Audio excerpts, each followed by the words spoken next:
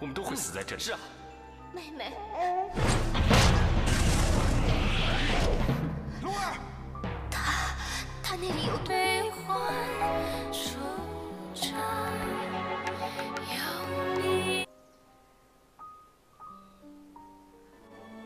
哦，你也知道他？淡泊生机。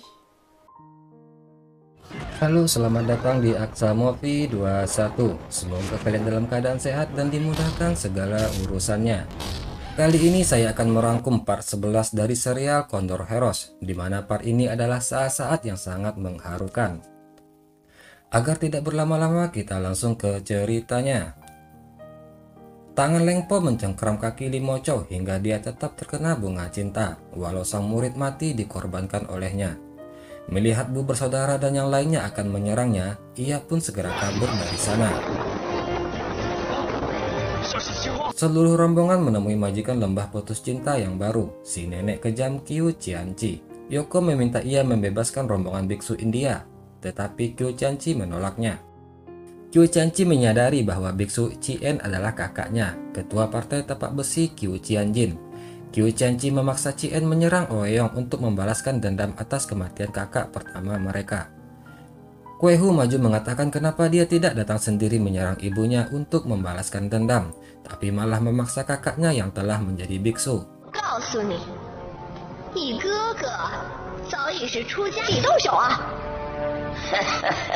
Mengetahui jika ia adalah putri Kue Cheng dan Oeyong, Qiu Qianqi menyemburkan biji buah dari mulutnya. Beruntung Yoko menangkis serangannya itu dengan pedangnya. Qiu Qianqi marah karena Yoko bukan hanya tak membawa kepala Kue Cheng dan Oeyong, tapi malah menyelamatkan Kue Hu. Ia menawarkan lagi Yoko menjadi menantunya untuk mendapatkan pil penawar. Tentu saja Yoko menolak, dia sudah menikahi Xiao Liongli. Mati pun tak mengapa daripada hidup jadi orang yang tidak setia. Ia pun keluar dari ruangan. Nona Lego mendadak berteriak marah menyusul dan memaki-maki Yoko. Yoko pun bingung, tidak biasanya dia berkata kasar, namun dilihatnya paras wajah si Nona tetap lembut. Kata Lego, kupotong kau jadi dua dan kukorek hatimu. Lego pun meniupkan biji buah dari mulutnya, Yoko menangkapnya. Setelah keluar dia sadar Lego memberikan petunjuk untuk membebaskan biksu India. Ada peta disimpan di dalam biji tersebut. Juga kata-kata potong jadi dua dan korek hati adalah petunjuk jalan ke sana. Yoko berhasil membebaskan rombongan biksu India, namun sang biksu masih pingsan terkena bunga cinta. Kata Chu Chiu, si biksu melukai dirinya sendiri sebagai percobaan agar bisa menemukan pemunah bunga cinta itu.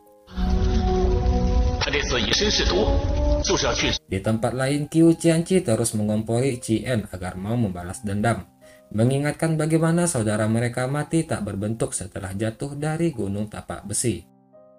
Ia pun melancarkan serangan tapak besi yang berhasil ditangkis oleh Oeyong dan Luci, tapi bayi Kue Xiang yang digendong Kue Hu berhasil direbutnya. Cien mengancam akan membunuh bayi itu. Qiu Qianqi tertawa kesenangan karena kakaknya si tapak besi seolah telah kembali menjadi jahat. Oeyong tiba-tiba tertawa tak berhenti seperti orang gila. Suara dan intonasinya pun berubah total seperti bukan Oeyong. Sambil tertawa, Oeyong menyuruhnya membunuh bayi itu, seperti yang dia lakukan dulu di Gunung Taili saat dia membunuh bayi dari selir sang kaisar. Melihat Oeyong tertawa gila, mengingatkannya pada selir sang kaisar yang menjadi seperti orang gila karena kematian bayinya. Taktik Oeyong berhasil. Cien mendadak balik menyesali dosanya, dan Oeyong pun berhasil menyelamatkan bayinya. Qiu Qianqi geram melihat kakaknya kembali menjadi biksu. Ia melancarkan serangan formasi jaring ikan kepada Oeyong dan kawan-kawan.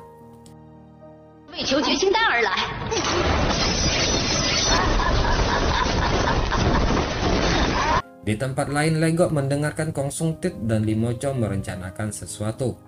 Kong Sung Tit menawarkan Limo Chow untuk membantunya merebut kembali tahta lembah putus cinta dari istrinya. Sebagai balasan, dia akan membantu Limo Chow mendapatkan pemunah bunga cinta. Karena istrinya itu keras kepala, Kong Sung Tit berencana mendorong anaknya sendiri Legok ke rumpunan bunga cinta, sehingga ia bisa memaksa istrinya mengeluarkan pemunah untuk Legok. Saat itulah dia akan merebutnya. Legok yang mendengar ini makin sedih hatinya. Ia pun berencana memakai siasat ayahnya itu untuk menolong Yoko. Ia melukai dirinya sendiri dengan berguling-guling di rumpunan bunga cinta. Dalam keadaan kesakitan dia mendatangi ibunya, berkata bahwa Lim Mo Chou dan ayahnya telah mencelakainya.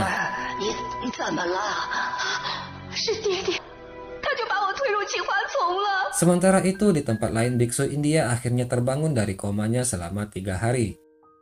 Di tempat lain Qiu Qianqi akan melepas anggota rombongan kecuali Ouyang. Ouyang berkata bahwa kakak Qiu Qianqi mati karena salah melangkah di gunung tapak besi hingga jatuh. Ia sama sekali tidak melukainya. Ouyang membuat kesepakatan. Dia akan terima 1 serangan biji buah Qiu Qianqi tanpa menangkisnya. Kalau dia mati, orang-orang di sini tak akan membalas dendam. Tapi dia harus memberikan pemunah kepada Yoko.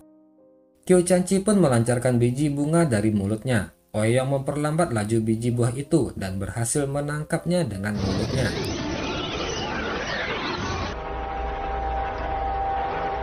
Qiu Qianqi mengakui kecerdasan Ouyang. Ia pun membisikkan kepada Legok untuk menyerahkan pemunahnya.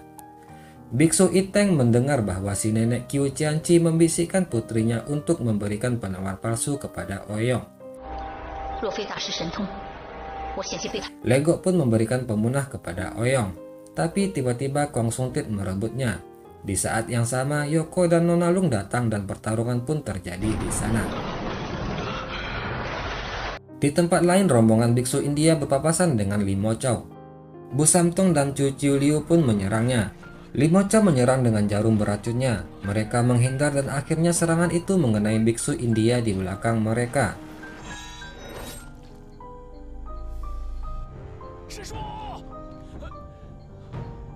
Di tempat lain, Kong Sung Tit yang mulai kewalahan menggunakan putrinya sendiri sebagai sandera. Qiu Qianqi menyuruh Kong Sung Tit pergi dan melepaskan Legok. Namun Legok berkata jika pemunah yang ada pada ayahnya adalah yang asli. Lalu dia menusukkan dirinya sendiri ke pedang yang dipegang oleh ayahnya.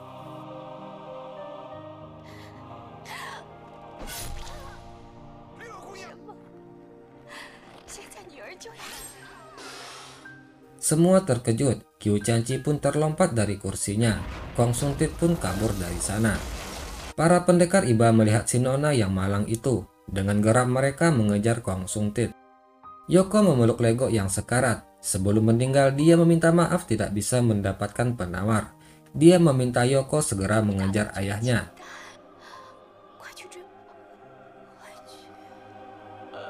Sebagian pendekar berpencar mengejar Lim Mo Chou dan Kong Sung Tit. Sementara Biksu Iteng mencari adik seperguruannya yang baru tewas oleh Lim Mo Chou. Biksu India mati tersenyum di samping rumput yang diduga merupakan lawan alami dari bunga cinta.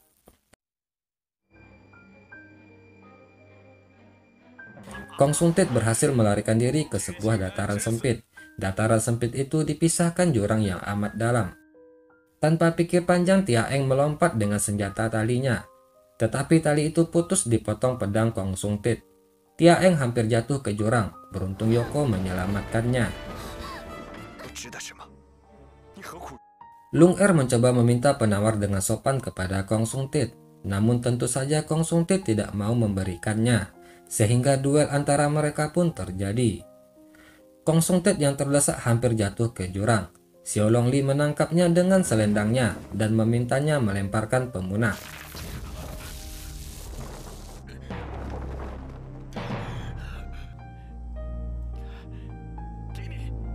Pemunah didapat, ia pun kembali dan cepat menyuruh Yoko meminumnya.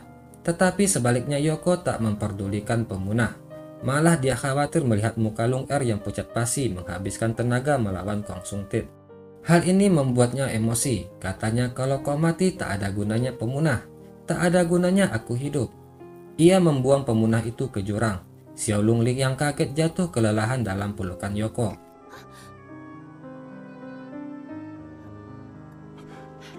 Di tempat lain, Lim Mo Chou yang masih bertarung dengan Bu Samtong dan Chu Chi Liu didatangi Ouyang dan yang lainnya. Sadar ajalnya sudah dekat, Lim Mo Chou menghancurkan kemocengnya.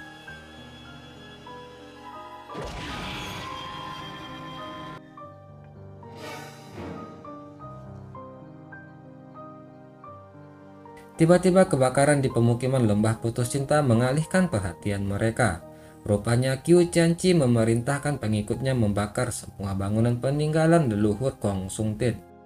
Bu Samtong tiba-tiba ingat jasad mantan kekasihnya yang menikah dengan mantan kekasih Li Mo Chao, di mana mereka dibunuh oleh Li Mo Chao. Dia menanyakan jasad mantan kekasihnya itu kepada Li Mo Chao. Li Mo Chao berkata, "Sudah kubakar hancur jadi abu dan kusebar di puncak gunung Huasan." Lalu tiba-tiba Li Mo Chao mengeluh sakit yang luar biasa akibat reaksi racun bunga cinta. Di api yang berkobar-kobar, ia melihat bayangan kekasihnya. Ia melantunkan puisi sambil berjalan ke kobaran api menjemput ajalnya.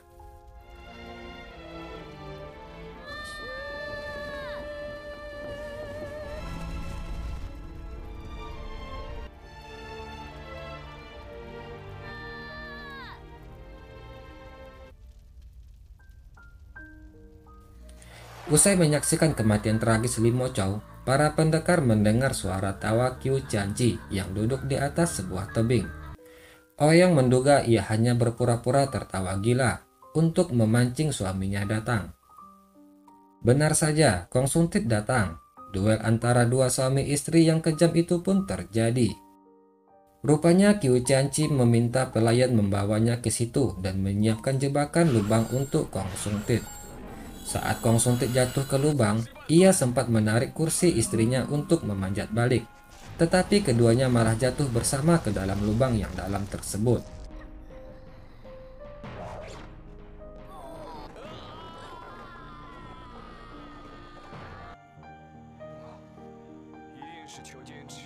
Ouyang ingin berbicara kepada Xiaolong Li berdua.